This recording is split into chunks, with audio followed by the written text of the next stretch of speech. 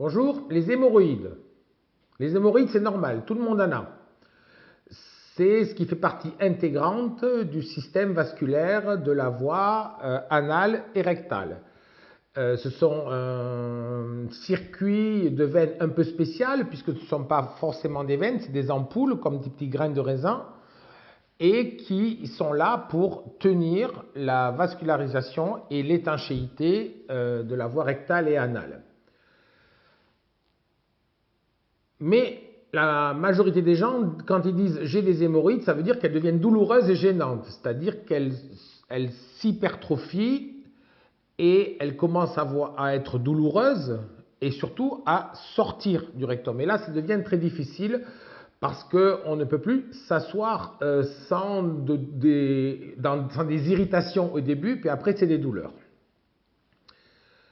Alors j'ai un peu regardé toutes les causes qui étaient invoquées sur le réseau, sur Internet, et j'ai vu qu'on avait les personnes à risque.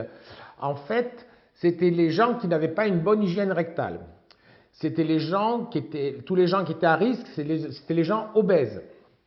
C'était les gens dont les parents avaient des hémorroïdes. Et aussi, ce sont des gens qui ont des cirrhoses du foie. C'est des gens qui portent des charges lourdes. Ça, c'est encore plus curieux, c'est des femmes accouchant par voie vaginale, mais heureusement que les femmes accouchent par voie vaginale, c'est, je dirais, la nature. Alors évidemment, à part des césariennes, des complications, mais heureusement que toutes les femmes qui accouchent n'ont pas d'hémorroïdes. Et la plus belle pour la fin, c'est quand on reste assis trop longtemps, et spécialement sur des toilettes. Donc voilà, excusez-moi, j'en souris, mais bon, c'est heureusement que toutes les secrétaires, tous les gens qui restent assis n'ont pas d'hémorroïdes. Tout ça, c'est ignorer tout le côté émotionnel et symbolique des hémorroïdes. C'est-à-dire que des hémorroïdes, on en vient très bien à bout après une discussion, après une anamnèse, quand on a bien compris comment fonctionne la famille. Et chaque fois que j'ai eu affaire à quelqu'un qui avait des hémorroïdes, on retrouvait un peu la même ambiance familiale, c'est-à-dire que l'ambiance, elle n'est pas top. Elle est vraiment pas top. Bon, les hémorroïdes, c'est le sang. Le sang, c'est l'oxygène qui, grâce à des atomes de fer, des molécules de fer, transporte sur les hématies l'oxygène qui va oxygéner tous les organes du corps. Donc les hématies qui, grâce à des atomes de fer, vont apporter l'oxygène à tout le corps. Et c'est grâce à ça qu'on vit. Sans oxygène, on ne pourrait pas vivre. Bon, donc l'oxygène, c'est le symbole de l'amour. Le fer, c'est le symbole de l'action. Et le sang, c'est le symbole de notre famille, de ce qu'on vit. Donc, en général, tous les gens qui ont des hémorroïdes ont des problèmes d'amour, ou en tout cas de sentiments ou de sensations d'amour dans le couple ou dans la famille. Toujours. Je n'ai pas vu de contre-exemple pour l'instant. La dernière dame que j'ai eue pour des hémorroïdes, c'était d'autant plus pénible parce qu'elle est paraplégique, donc toujours assise, et ça s'est réglé en 3 semaines. Donc il n'y a plus rien en 3 semaines, donc ça a été très progressif effectivement, alors que ça faisait des mois que ça durait.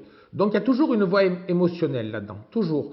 Si dans une maladie, quelle qu'elle soit, on occulte, on fait l'économie de la voie émotionnelle et de ce qu'on vit et de ce que vit la personne, quelle est l'histoire de la personne, je pense qu'on passe toujours à côté d'une hypothétique solution. Donc les hémorroïdes, ce n'est pas la peine pour moi de dire, qui est une absurdité, de dire que c'est parce que vous êtes resté trop longtemps assis. Ça ne se justifie pas, c'est absurde. Donc il y a des causes vasculaires, évidemment, donc il faut voir pourquoi, mais si on n'écoute pas ce que la personne vit, on n'arrivera jamais au résultat. Parce qu'effectivement, on peut les enlever chirurgicalement, mais ça ne réglera pas le problème du conflit familial.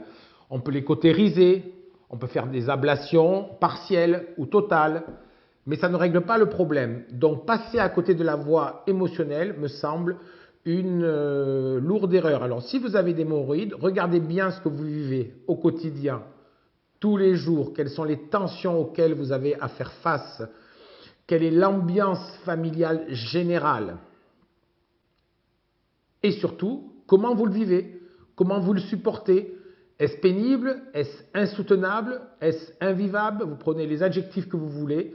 En tout cas, les hémorroïdes ont toujours été liés à ça, d'après mon expérience, et jusqu'à présent, ça a marché. Donc, je voulais vous donner cette voie qui me semble intéressante, puisqu'elle est possible, cette résolution est possible dans nombre de cas.